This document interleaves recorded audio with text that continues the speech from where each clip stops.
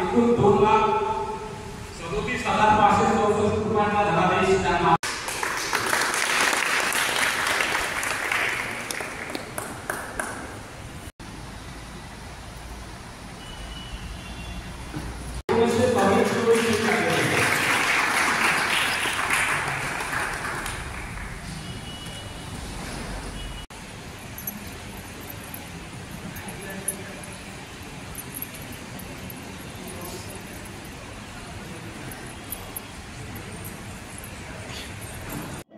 आज आपल्या भारताचा शौर्य दिवस 29 सप्टेंबर 2024 हा आपल्या जिल्हा सैनिक कल्याण कार्यालयातर्फे साजरा केला गेला।